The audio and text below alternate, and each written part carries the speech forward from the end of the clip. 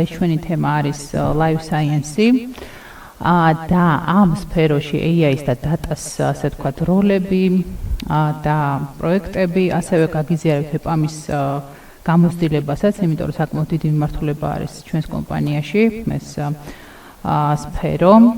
მოდი გავამარტოთ ზოგადად რას ნიშნავს life science, ხო? იმიტომ რომ შეხვედრის სათაურში იყო healthcare ახსენებული და გვინდა რომ აი ამ ტერმინის სწორი გაგებაც გვესმოდეს ყველას, ხო? იმიტომ რომ ხშირად არის ხოლმე რაღაცა ისეთი გაუგებრობები ტერმინოლოგიასთან დაკავშირებითაც და იმის გამო რომ მაგალითად ქართულ ბაზარზე მე მაგალითად ხშირად არ მხვდება ესეთი შეხვედრები, სადაც აი life science ტექნოლოგიებზე არის საუბარი და ამიტომ ვფიქრობ რომ კარგი იქნება განვარტოთ, იმიტომ რომ შეიძლება ვიღაც იყოს ისეთი ვისაც არ აქვს ამ ტერმინზე წარმოქმნა, ხო?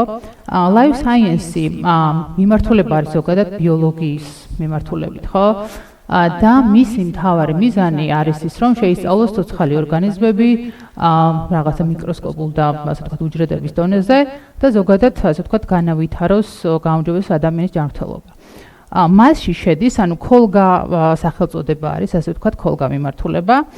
მასში შედის ბიოტექნოლოგიები, მაგალითად, ფარმაცევტული მიმართულება, ჯანდაცვასაც მოიცავს, სამედიცინო ტექნოლოგიები და მოწყობილობები და გენომიკები, მაგალითად, რომელიც არის ძალიან ისეთი საინტერესო მიმართულება. უშუალოდ AI-ს რაც შეეხება life science-ში, ანუ რაში შეიძლება გამოვიყენოთ, ხო? ჩვენთანაც ყველა მიმართულებით თითქმის საკმაოდ ბევრი პროექტი არის EPAM-ში წარმოდგენილი და აი ძირითადი use case-ები, როდესაც ვფიქრობთ რა შეიძლება იყოს, ხო, გარდა ჩვენთვის კარგად ნაცნობი მიმართულებებისა. მაგალითად, ეს არის სწავლების აღმოჩენა განვითარებაში, ხო? AI-ს შეუძლია რომ მაგალითად შესაბამისობაში ადაროს სხვადასხვა ნივთიერებები ერთმანეთს და უფრო სწრაფი გახადოს სწავლის აღმოჩენის პროცესი, ხო? სწავლისთვის საჭირო ნივთიერებების, ასე ვთქვათ, დამეჩვა. ქართულად როგორ არის, არ ვიცი. ასევე მაგალითად კლინიკურ კვლევებში არის ძალიან ფართოდ წარმოდგენილი. მაგალითად თუ კი ძალიან დიდი დრო გჭირდება იმისათვის, რომ ჩანაწერები გავაანალიზოთ ხელით, მაგალითად ან რაღაცა მონაცემთა ბაზაში, AI შეუძლია რომ ძალიან მარტივად და სწრაფად დაამუშავოს მონაცემი იმისათვის, რომ შემდეგ უკვე კლინიკურ კვლევები გაგვიმარტივდეს, ხო? ასევე იმიჯების და დიაგნოსტიკაში არის ბოლო პერიოდში ძალიან ასე ვთქვათ ფართოდ გამოყენება AI-ის, მაგალითად სხვადასხვა რენტგენის ფოტოების გაანალიზება ან მაგალითად ოპტიკური ფოტოსურათის გაანალიზება ამ მიმართულებით არის ძალიან გამოსადეგი AI-ის გამოყენება, ხო? იმიტომ რომ საკმაოდ ესე ვთქვათ დიდ გამოცდილებას მოითხოვს ექიმის მხრიდან, არის ბევრი ცდომილებები მაგალითად, ბევრი ასე ვთქვათ არაზუსტი დიაგნოზები და ასე შემდეგ. შესაბამისად იმიჯების ანალიტიკაში არის ძალიან ფართოდ გამოყენებადი, ხო? პერსონალურ მედიცინაში და ფიტნესში, ანუ ეს რას გულისხმობს, ხო? ძირითადად მკურნალობა ხდება ხოლმე როგორ, ანუ რაღაცა დაავადება აქვს ადამიანს და ამ დაავადების საწინააღმდეგოდ ინიშნება მედიკამენტი, ხო? ხელოვნური ინტელექტი გვაძლევს დღეს იმის საშუალებას, რომ ანუ პერსონა შეისწავლოს თვითონ ბიოლოგია თითოეული ადამიანის მოლეკულების უჯრედების დონეზე და ამაზე დაყრდნობით დაინიშნოს შესაბამისი მედიკამენტი, ხო? და გაითვალისწინოს მაგალითად რაღაცა გვერდითი მოვლენები, ამ ადამიანის მახასიათებლები და მაქსიმალურად მორგებული იყოს მასზე. და ერთი საინტერესო ტერმინი კიდევ არის ფიტნესის მიმართულებით მაგალითად. დღეს როგორი მიდგომა არის, ხო? მაგალითად მივიდივართ სპორტდარბაზში, რაღაცა შეგმოხვედავენ და როგორც უნიშნავენ მაგალითად 100 მოსწავლეს, იგივე კვებას უნიშნავენ ნებისმიერ ადამიანს, ხო? და არ აქვთ მაგალითად სრული წარმოდგენა, მაგალითად რა პროდუქტზე გაქვს ალერგია, ან დაუშვათ რაზე ხარ დაუშვათ რეზისტენტული, ან რომელი პროდუქტი არის შენთვის უფრო შესაბამისი და შესაბამისად აი ამ პერსონალიზების გათვალისწინებით შეგვიძლია რომ უფრო მორგებული კვება დავუნიშნოთ მაგალითად ფიტნესის მიმართულებით ადამიანს, ხო?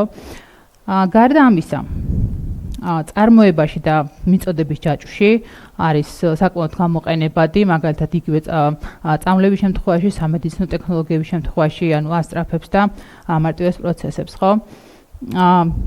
ასევე ვირტუალურ ასისტენტობაშიც შეგვხვდება და ეპიდემიების გამოვლენაშიც.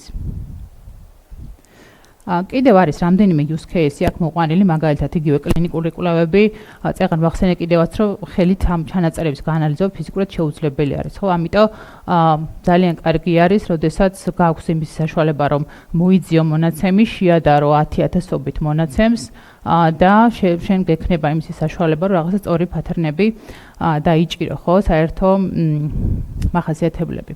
ასევე პერსონალური მიდგომები, მაგალითად თუ კი ადამიანს აქვს სიმსივნე ან რაღაცა სხვა დაავადება, შეგვიძლია გავაანალიზოთ მისი გენეტიკა უბრალოდ მეტი სიზუსტით და მასზე მორგებული მედიკამენტის დანიშვნა მოხდეს, ხო? ამაზე წეღანაც ვისაუბრეთ.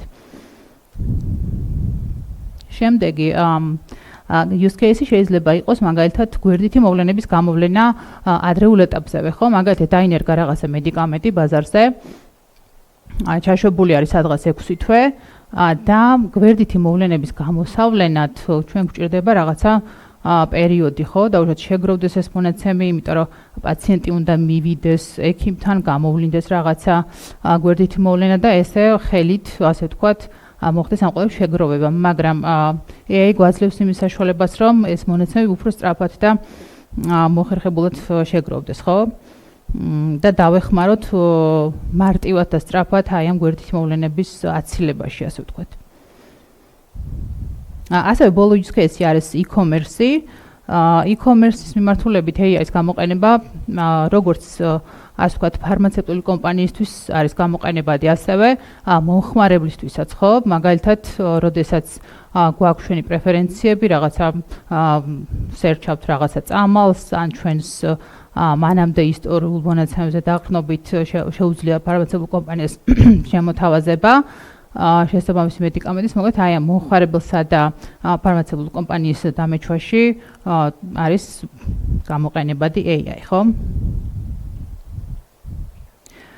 ხო, ერთი საინტერესო ინფორმაცია არის კიდევ რეგულაციები, იმიტომ რომ ნებისმიერ სფეროს, მათ შორის life science-აც არეგულირებს გარკვეული, ასე ვთქვათ, კანონმდებლობები და დოკუმენტაცია, ხო? მაგალითად, ეს არის პირველი, რაც გვიწერია, ევროკავშირის AI აქტი. და მასში არის მოცემული, მაგალითად, აი როგორ უნდა მოხდეს მონაცემების დამუშავება, როგორ უნდა მოხდეს პირობითად ამ შედეგების გაზიარება და ასე შემდეგ. თუმცა, როგორც ვიცი, საქართველოს ჯერ არ არის მიერთებული ამ აქტს. სადღაც 2024 წლის მაისში მიიღეს. ჩვენს ბაზარზე თუ არ ვწდები, არ გვაქვს ისეთი რეგულაცია, რომელიც უშუალოდ AI-ის მიმართულებით იქნება. ერთადერთი რომელი, ასე ვთქვათ, კანონის გვაქვს, ეგ არის ეროვნული ბანკის მიერ მიღებული, თუ არ ვწდები, რომელიც ხელოვნური ინტელექტის მიმართულებით სტარტაპებს და ორგანიზაციებს რაღაცა ზოგადად ანგარიშების გახსნაზე და სხვადასხვა, ასე ვთქვათ, საქმიანობაში ეხმარება, თუმცა უშუალოდ AI აქტზე არ ვარ ჯერჯერობით მიერთებული და სამომავლოდ ალბათ უფრო აი ეს პირველი რეგულაცია შეგვეხება, ხო?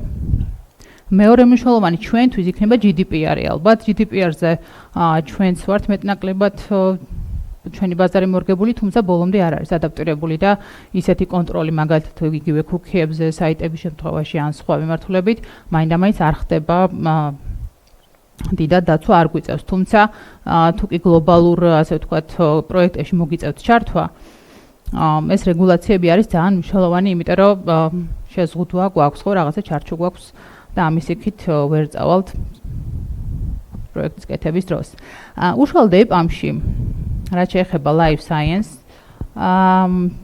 როგორც გითხარით, სადღაც 10% უკავია ჩვენი პროექტებისა, საკმაოდ დიდი მსხვილი მიმართულება არის. და გვაქვს დაახლოებით 1500-ზე მეტი solution-ი შექმნილი ჩვენი სხვადასხვა პარტნიორისთვის, ხო? ბევრი მიმართულებით, მათ შორის ეს არის იგივე წამლის გამოგონება, ასევე ცხოველების ჯანმრთელობის მიმართულებითაც არის ბევრი პროექტი, სოფლის მეურნეობის მიმართულებით, იმიტომ რომ ცოცხალ ორგანიზმებს ესეც შეეხება და გარდა ამისა კლინიკური ლაბორატორიების მიმართულებითაც გვაქვს საკმაოდ ბევრი პროექტი და ჩვენი შეთავაზებები არის ძალიან ბევრი მიმართულებით, მათ შორის data analytics, უკვე მზა solution-ების შეთავაზება და სხვა და სხვა.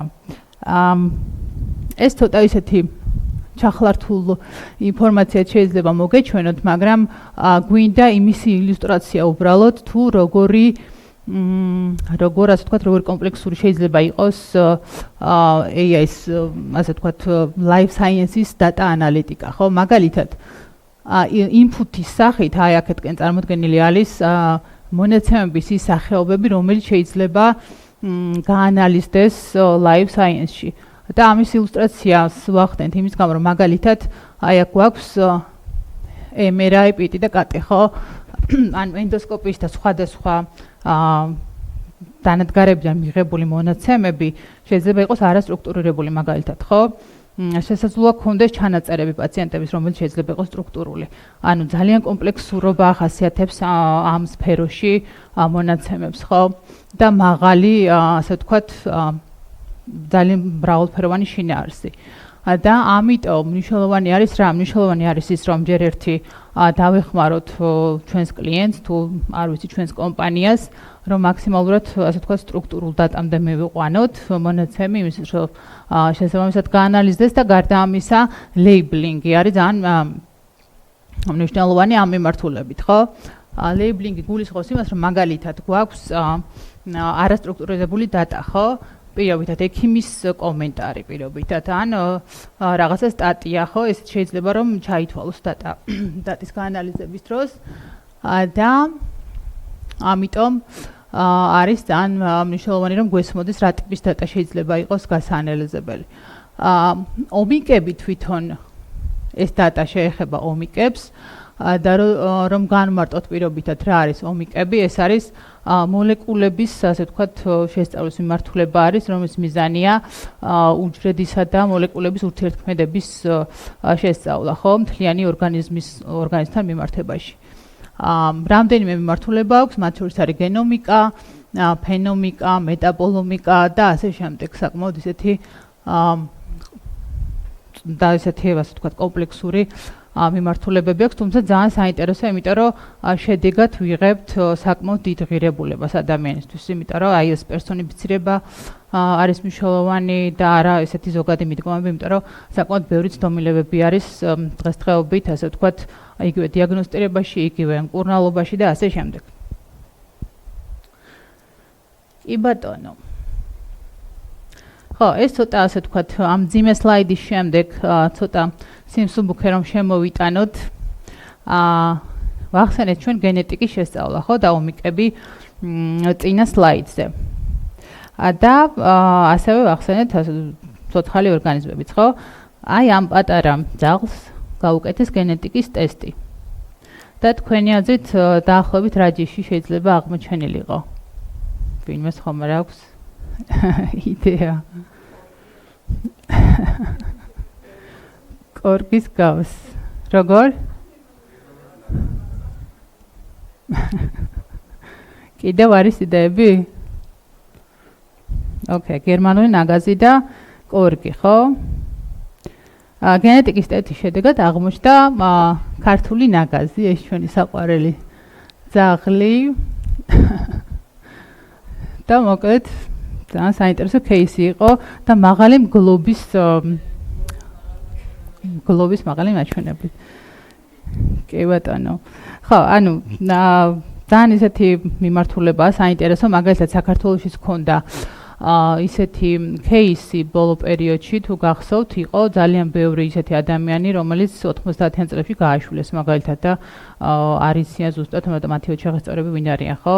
და დღესდღეობით საკმაოდ ისეთი ფუფუნება არის ასეთი ტესტების გაკეთება, თუმცა იმედი გვაქვს, რომ AI რაღაცნაირად დააჩქარებს და გააიაფებს ამ პროცესს და მაგალითად იგივე აი ამ кейსებს საკმაოდ მარტივს გახდის. კი ბატონო, რა თქმა უნდა, საკმაოდ ისეთი მრავალმომცველი მიმართულება life science, თუმცა აქვს თავისი გამოწვევები, ხო? ბევრი მიმართულებით, ვიცი რომ აქ გვაქვს საკმაოდ ბევრი data analyst-ი და პირველი რაც არის, რა თქმა უნდა, როდესაც ხელოვნურ ინტელექტზე ვლაპარაკობთ, AI-ზე ვლაპარაკობთ, პირველ რიგში ყველაზე მთავარი რაც არის, ხარისხიანი მონაცემი არის, ხო? და შესაბამისად, ანუ ხარისხიანი მონაცემი და აი ამ მონაცემების შეგროვება, შენახვა არის ყველაზე მნიშვნელოვანი იმისაც, რომ AI მათ სწორად დაამუშავოს, ხო? იმიტომ რომ თუ შევიყვანეთ რაღაცა არასწორი, არაზუსტი მონაცემი, ფაქტობრივად რაღაცა არასრულ სურათს მივიღებთ ხელოვნური ინტელექტის შედეგად, ხო, რაც არ უნდა ისეთი ყოვლის მომცველი მოდელი გამოვიყენოთ და ძალიან ისეთი ძლიერი ინსტრუმენტი, ხო? ამიტომ პირველი გამოწვევა მაინც რჩება ის, რომ გვაქვს არა თლად კარგი ხარისხის მონაცემი არ გვაქვს. ასევე რეგულაციები ვახსენეთ და ეგეც ერთ-ერთი შეზღუდვა არის, იმიტომ რომ მაგალითად ევროპული კომპანიები ცოტა თავს არიდებენ ეს გამოყენება, ძალიან ბევრი კომპანია, მათ შორის მსხვილი კომპანია, კონფიდენციალურობის და სხვადასხვა თვალსაზრისით და ეს რეგულაციების ჩარჩოც საკმაოდ ცოტა ისეთი შემაფერხებელი შეიძლება რომ იყოს გამოწვევად, ხო? და ეთიკური მიმართულებებიც მაგალითად თუ კი რაღაცა არასწორი მონაცემი გვაქვს, AI-მ შეიძლება მოგვცეს არასწორი შედეგები, ხო, რომელმაც შეიძლება რომ არასწორი მიმართულებით წაგვიყვანოს ან რაღაცა პერსონალურ მონაცემებზე იყოს შეფერხებები და ასე შემდეგ, ხო, ეს არის ეთიკური მიმართულებით. და ნუ როგორ გადავჭოთ ეს გამოწვევები, როგორ ვუპასუხოთ, ასე ვთქვათ, ხო, მაგისთვის რა დაგვჭირდება? პირველი ის, რომ მონაცემის ხარისხზე ვიზრუნოთ, იქიდან გამომდინარე, რომ მივიღოთ საბოლოოდ კარგი შედეგი, მაგალითად, იგივე სამედიცინო სფეროს წარმომადგენლებს უნდა ავუხსნათ, ვასწავლოთ, მაგალითად, როგორ უნდა შევინახონ მონაცემები, შეიძლება თქვენს გქონიათ, მაგალითად, ცოტა უფრო ადრეულ წლებში, მაგალითად, COVID-მდე, რომ ექიმის მიერ რაღაცა ბავშვის ფოტოების და შეიძლება ანალიზის პასუხიც ერთ ფოლდერში ქონოდა შენახული და ასე შემდეგ, ხო? ანუ ძალიან ისეთი სიფრთხილით არის მონაცემი შესაგროვებელი განსაკუთრებით ამ სფეროში, იმიტომ რომ ძალიან ისეთი სენსიტიური მონაცემია, ხო? მაგალითად, ანალიზის პასუხი ან რაღაცა ჩვენი რენტგენის ფოტო და ასე შემდეგ, ხო? ასევე რეგულაციების მიმართულებით კარგი იქნება, რომ თუ კი დავიწყებთ რაიმე საქმიანობას, ადრეულ ეტაპზევე ჩავრთოთ, მაგალითად, რეგულაციის მცოდნე ადამიანი.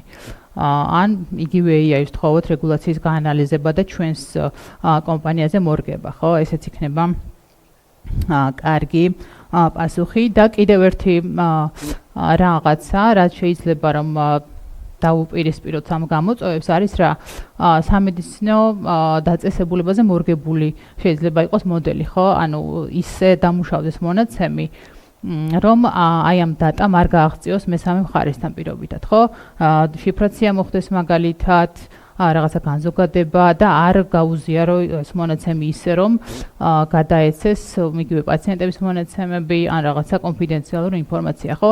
ხდება უშუალოდ სამედიცინო დაწესებულების სისტემაზე მორგება, მათ სერვერზე მორგება, რაღაცა მზა AI მოდულის, ასე ვთქვათ, ინტეგრირება და შემდეგ უკვე მათი მონაცემების ისე შეტანა ამ მოდულში, რომ არ გაჟონოს რაღაცა კონფიდენციალურმა ინფორმაციამ. ხო, ანუ გამოწვევები ვახსენეთ კიდევაც ზოგიერთი მათგანი, ეს არის ასე ვთქვათ მიმოფანტული მონაცემი, არ არის ხარისხიანი ფორმატები ამ მონაცემებისა, ასევე დიჯიტალ ლიტერაციაზეც ვახსენეთ, ხო, არ არის თლად ისეთი წარმოდგენა ციფრული მიმართულებით, რომ აკმაყოფილებდეს და მონაცემების შეყვანის და შენახვის მეთოდებიც, ხო?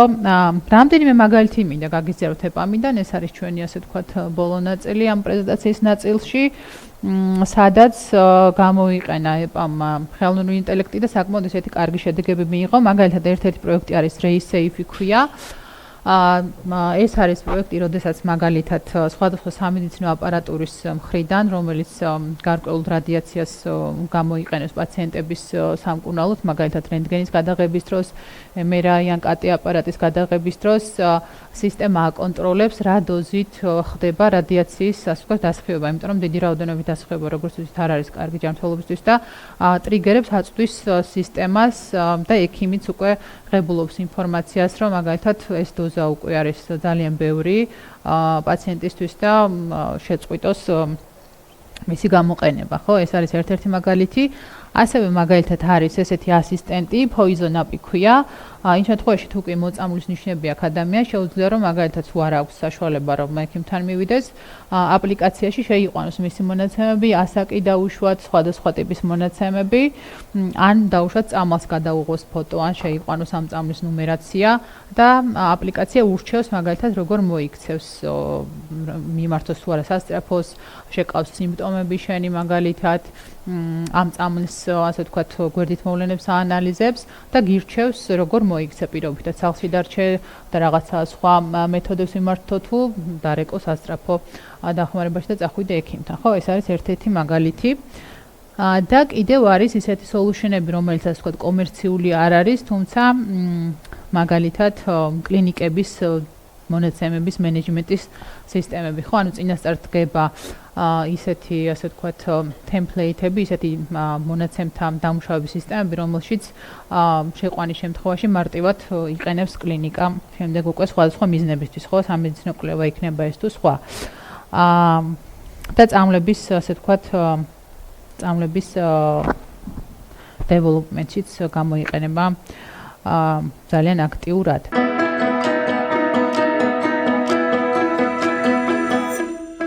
მე დღეს ვილაპარაკებ, როგორც უკვე ახსენეს, ხელოვნური ინტელექტის კონკრეტულ გამოყენებაზე და ზოგადად რა არის ხელოვნური ინტელექტი ასე შემდეგ. თავიდან დავიწყებ ზოგადად ახსნით რა არის ხელოვნური ინტელექტი, იმის დამოხილებლად რომ თეამ უკვე გითხრათ და ძალიან კარგი მაგალითი მოიყვანა, მეც კიდევ ერთხელ ავხსნი და უფრო სიღრმისეულად შეიძლება შევიდე. მე უკვე ვილაპარაკებ უშუალოდ რა როლი აქვს ინფორმაციას ხელოვნური ინტელექტის შექმნაში და ასე შემდეგ, გამოყენებაში და ასე შემდეგ და შემდეგ უკვე კონკრეტულ use case-ზე მოვყვები, რომლის ნაწილი მე თვითონ ვიყავი და ეს გავაკეთეთ ერთ-ერთ ინტერნაციონალურ ფარმაცევტულ კომპანიასთან თანამშრომლობით.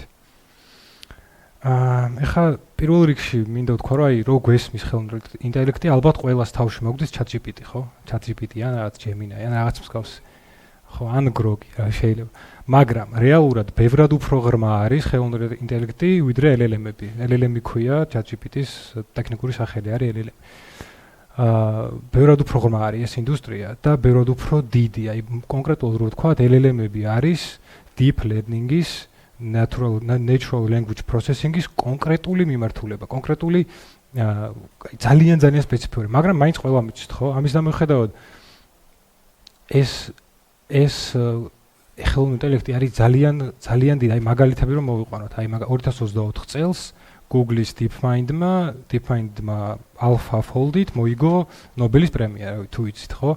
ან მაგალითად რამდენიმე კვირის წინ გავიგე ინფორმაცია, რომ ვიღაცა 16-17 წლის თუ 15-16 წლის ბავშვმა გააკეთა ხელოვნური ინტელექტის მოდელი, რომელიც გულისცემის მოსმენით 99% სიზუსტით ადგენს ადამიანს დაავადება ჭირს თუ არა და ანუ პრობლემას ეგრევე აღმოაჩენს. ხრა რა მიწერია აქ ეს რეებია.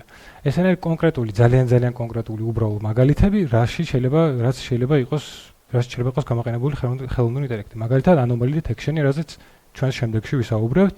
მაშინდენგი ზოგადი სახელია imaging analysis-ი არის, ზუსტად რაზეც ლაპარაკობდა რადიოლოგიის მიმართულებით. ხო, რაში ძალიან კარგად გამოიყენება და ძალიან კარგად მუშაობს ეს ყველაფერი. დიაგნოსტიკაში ხშირად გამოიყენება და ეს რატომ გავჩერდი ამაზე ამდენი ხანი, იმიტომ რომ მინდა რომ ეს მის კონცეფცია რაც გვაქვს, რომ ხელოვნური ინტელექტი არის LLM-ი, მოვიხსნათ და უბრალოდ ხელოვნური ინტელექტი დაუძახოთ ავტომატიზირებულ სისტემას, რომელიც თავის თვითონ აკეთებს გადაწყვეტილებას ადამიანური ჩარევის გარეშე. ეხლა როგორ ვიღებთ ამ სისტემებს ზოგადად? ამ სისტემებს ვიღებთ ხელოვნური ინტელექტის შეიქმნას აუცილებლად გვჭირდება ინფორმაცია, ხო?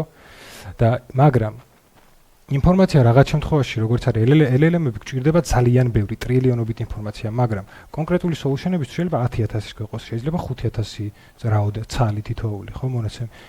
მაგრამ ყველაზე მნიშვნელოვანი რაოდენობაზე მნიშვნელოვანი ყოველთვის არის ხარისხი.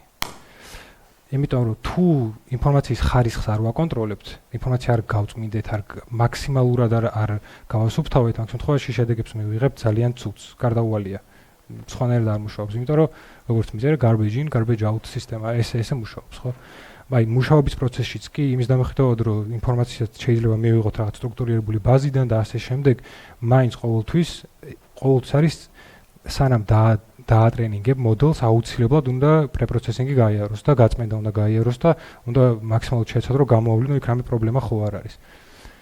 ეხლა რა არის კიდე მნიშვნელოვანი იმის დამოუკიდებლად რომ ხარისხი მნიშვნელოვანი არის ასევე მნიშვნელოვანი იყოს რეპრეზენტაბელური ეს ინფორმაცია და რას გულისხმობ ანუ მაქსიმალურად იყოს წარმოდგენილი ინფორმაციაში ყველაფერი რასაც უნდა მოიცავდეს ანუ წესით ხო მაგალითად თუ ჩვენი დავალება არის რომ ძაღლის ჯიშები გამოვავლინოთ მაგ ფოტოებიდან ყველა ძაღლის ჯიშის ფოტო უნდა გქონდეს ხო წინა შემთხვევაში როგორ გამოიცნობს ხა შეუძლებელია აქედან გამომდინარე ეს არის მესამე რაც მნიშვნელოვანი და მეოთხე რასაც ძალიან კარგად შეეხო უკვე თეა არის ინფორმაციის დაცვა, ადამიანების ინფორმაციის დაცვა მით უმეტეს ამ ინდუსტრიაში. ამ ინდუსტრიაში იქიდან გამომდინარე, რომ ძალიან სენსიტიური ინფორმაციასთან გვაქვს შეხება. ეს შეიძლება იყოს წამლები, შეიძლება იყოს ადამიანის პირადი მონაცემები, შეიძლება იყოს ძალიან ბევრი მნიშვნელოვანი რაღაც. და აქედან გამომდინარე, უნდა ვიზრუნოთ ყოველთვის, რომ ანონიმიზაცია მოვახდინოთ თუ პერსონალური ინფორმაციასთან გვაქვს საუბარი და ნუ მინიმუმ ChatGPT-ს არ ჩავუგდოთ ისევ და ისევ. ეხლა კონკრეტულად მინდა რომ ერთ-ერთ კონკრეტულ ინფორმაციის ტიპზე ვისაუბრო და ეს არის სპექტრული მონაცემი და რას მოიცავს ეს ამ მონაცემს ჩვენ ვიღებთ იმის გაზომვით თუ როგორ რეაგირებს კონკრეტული მატერიალი რაღაცა ტიპის მატერიალი ამ ჩვენ შემთხვევაში სინათლესთან ანუ გარდატყდება თუ შთანთქავს და აქედან გამომდინარე ჩვენ აი ეს არის მაგალითად device რომელთაც იზომება ეს ყველაფერი და ამ ინფორმაციიდან გამომდინარე ჩვენ შეგვიძლია ერთმანეთისგან განვასხვაოთ თითქოს და ერთი შეხედვით თვალით რო ვერ განვასხვაოთ ეს რაღაცა მაგალითად ორი წამალი ერთმანეთისგან რომელიც იდენტურად გამოიყურება რომ შევხედავთ ესე ან შეიძლება წყალი და რავი არაყი ერთმანეთისგან განვასხვაოთ მარტივად და ახლა როგორ ვაკეთებთ ამ ყველაფერს და რა შეიძლება გამოვიყენოთ ხელოვნური ინტელექტთან მიმართებით როგორ შეიძლება გამოვიყენოთ ეს როგორც თქვი ეს იმის დამოუკიდებლად რომ ეს შესაძლებელია რომ განვასხვაოთ ძალიან რთულია მაღალი კომპლექსურობა აქვს და რატო იმიტომ რომ ასობით data point-ი არის თითოეულ მონაცემში აქედან გამომდინარე რთული არის ის მით უმეტეს პატარა განსხვავებები რომელიც არის ეს დაიჭირო იმისთვის რომ დაიჭირო პირველ რიგში უნდა გარდაქმნა ეს მონაცემი და გარდაქმნის შემდეგაც კი შეიძლება რაღაც მომენტში თვალით ვერ მოხდენო იდენტიფიცირება რომელია. კიდევ რაც ძალიან მნიშვნელოვანია ჩემაზით არის რომ ეს ინფორმაცია არის ძალიან სენსიტიური და არის ძალიან ძვირი. ძალიან ძვირი. იქიდან გამომდინარე რომ ძალიან დიდი ინფრასტრუქტურაა საჭირო მინიმუმ აი. ნუ ჩვენ მე მგონი არ მithქვამს რომ დავაზუსტო რომ ეს პროექტი იყო ფალსიფიცირებული წამლების აღმოჩენის ავტომატიზაციის პროექტი. გაიგეთ ხო? ანუ ეს რო გააკეთო რა გჭირდება წამლები, ადამიანები ვინც ამ წამლებს გაზომავენ იმ device-ზე, რომელიც წინა ფოტოზე გაჩვენეთ და გჭირდება ის device-ები და თან მასშტაბურად, დიდი რაოდენობით. ანუ ინფრასტრუქტურა საჭირო სერიოზული და თან მნიშვნელოვანია რომ გარემო იყოს შენარჩუნებული ერთ და იგივენაირი გაზომვისას. იმიტომ რომ თუ არ შეინარჩუნებ, მაგ შემთხვევაში სხვადასხვა შედეგებს მიიღებ. ზუსტად ამიტომ არის ეს სენსიტიური. მირეკავდნენ. ეხლა რა გავაკეთეთ ჩვენ? ეს ჩვენი დავალება იყო ფალსიფიცირებული წამლების აღმოჩენა. ფალსიფიცირებული წამალი როგორია, წინასწარ ვერ გეცოდინება, ხო? ჩემი აზრით წარმოუდგენელია. იცოდე რა манипуляციას ჩაატარებს ვიღაცა იმისთვის რომ შენი წამლის მიმიკრია შექმნას. და აქედან გამომდინარე დავალება გამოდიოდა ან supervised, ანუ რას ნიშნავს, რომ წინასწარ დალეულებული ინფორმაცია არ გქონდა. არ ვიცოდეთ რა იქნებოდა ანომალია. ამიტომ იმის მაგერად რომ ეძებდე რა არის ანომალია და ანუ ეძებდე რა ანომალიებზე ყურადღების გამახვილებით, ყურადღება გამახვილ პირიქით რა არის ნორმალური იმაზე. ჩვენ თუ ვიცით რა არის ნორმალური, რაღაცად ნორმაში აღიდება, ის უკვე ანომალია გამოდის, ხო? და ამისთვის ჩვენ გამოვიყენეთ PCA და AutoEncoder. ხა PCA თუ ვინც ამ ინდუსტრიაში და ამ ზოგადად data science-ში ერკვევით, გეცოდინებათ PCA-ის შესახებ, ეს არის წრფივი გარდაქმნა, წრფივი dimensionality reduction, ანუ განზომილების შემცირების ალგორითმი და AutoEncoder არის იგივე, ოღონდ ეს არის არაწრფივი უკვე, არაწრფივი ინფორმაციისთვის და ეხლა რატო ვალაპარაკობ ამდენ სამორზე. ანუ ფუნდამენტური იდეა იყო რომ დიდი რაოდენობით ინფორმაცია რაც იყო როგორც ვახსენე უკვე 100, 200, 300, 1000 data point-ი დაგვეყვანა დაბალ დონეზე. ანუ 100-დან დავსულიყავით 10-ზე დაგვეკომპრესირებინა და შემდეგ ავსულიყავით უკან და დაგვეთვალა განსხვავება რა იყო რეკონსტრუირებულსა და ნორმალურ ინფორმაციას შორის. და აქედან გამომდინარე უკვე მივიღებდით კონკრეტულ ანომალიის სკორს და თუ ის იქნებოდა მაღალი, მაგ შემთხვევაში ეს ანომალურია და თუ დაბალი, ესე იგი ეს ნორმალურია. ეხლა უფრო კარგად რო ავხსნათ, წარმოვიდგინოთ ეს არის სისტემა. მარჯვენა მხარეს გვაქვს მაღალ განზომილებიანი ინფორმაცია, სპექტრი. ზემოთ არის ეს dimensionality reduction ალგორითმი, რომელიც შეიძლება იყოს ან PCA, ან autoencoder-ის encoder-ი ნაწილი. encoder-ი და decoder-ი არის. თუ გაინტერესებთ, შეგიძლიათ მოხვიდეთ, გკითხოთ, ან დაგუგლოთ, რა ვიცი, მარტივად გაიგებთ. ამ სისტემაში შევიდა ჩვენი ინფორმაცია და ამან დაიყვანა დაკომპრესირებულ წარმოდგენაზე. დაკომპრესდა შემდეგ უკან დაუბრუნდა იგივე განზომილებას, რაც იქით იყო, მაგრამ ეს დაკომპრესირება ხო ვერ მოხდება ინფორმაციის დაკარგვის გარეშე. როგორ შეიძლება ეხა 100-დან დახვიდე 10-ზე და არაფერი არ დაკარგო, შეუძლებელია. მაგრამ მნიშვნელოვანი რა არის? დაკომპრესირება მოხდება ყველაზე წარმატებულად მხოლოდ იმ შემთხვევებში, რომლებიც უკვე ნანახი აქვს, ანუ ნორმალურ შემთხვევებში. იმიტომ რომ ჩვენ ტრეინინგის პროცესში მას ვასწავლით, როგორ უნდა დააკომპრესიროს ნორმალური წამალი. და როდესაც უკან მოხდება რეკონსტრუირება, ამ დროს ჩვენ მივიღებთ ცუდ შედეგს, ანუ განსხვავებულ შედეგს მივიღებთ თუ ეს არ არის ნორმალური და ეს არ უნახავს და თუ ნორმალურია მივიღებთ იგივე შედეგს, რაც იყო წინა შემთხვევაში, იმიტომ რომ ინფორმაცია არ დაგვეკარგოს, ხო? აქედან გამომდინარე, თუ რაც იყო პირველი, იმას გამოვაკლებთ რეკონსტრუირებულ ინფორმაციას, მივიღებთ იმ შეცდომას, რაც დაუშვა და თუ ეს შეცდომა ანომალიის სკორი უკვე იქნება მაღალი, ნიშნავს, რომ ეს ანომალიაა და ეს პრობლემაა, თუ ეს არის დაბალი, ესე იგი ეს ნორმალურია. ეხლა საკ კონკრეტულად სად უნდა გავავლოთ ხაზი, threshold-ი რა იქნება და ასე როგორ უნდა ეს ძალკე პრობლემაა და ამაზე შეგიძლიათ მომწეროთ ან მოხვიდეთ და დავილაპარაკოთ თუ და გაინტერესებთ ესე დეტალურად. ეხლა რა შედეგები მოგვიტანა ამ ალგორითმმა? ხო, ერთი შეხედვით შეიძლება მე მეჩვენება, მაგრამ მე მგონი მარტივია, ხო, რა ვიცი, გაიგეთ? ამ მარტივმა ალგორითმმა და მიდგომამ მოგვიტანა ძალიან კარგი შედეგები. კონკრეტულ რიცხვებს ვერ ვიტყვი, სამწუხაროდ, კონფიდენციალობიდან გამომდინარე.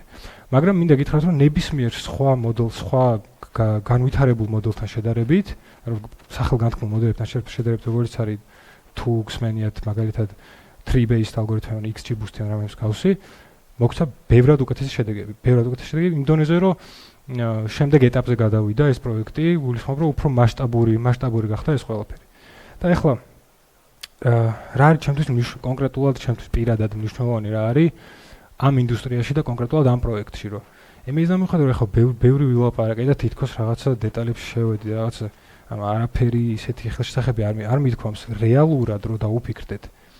აქ საუბარი გქონდა წამლებზე, რომელიც ადამიანების სიცოცხლეს ეხება. ეს შეიძლება იყოს იმუნობლოკერები, შეიძლება იყოს გულის წამალი, შეიძლება იყოს ვიღაცისთვის რაღაც სიცოცხლის გადამრჩენ წამლებზე არის საუბარი. რომელთა ფალსიფიკაციის შემთხვევაში შეიძლება ადამიანის სიცოცხლეს შეეწიროს ამ ყველაფერს, ხო?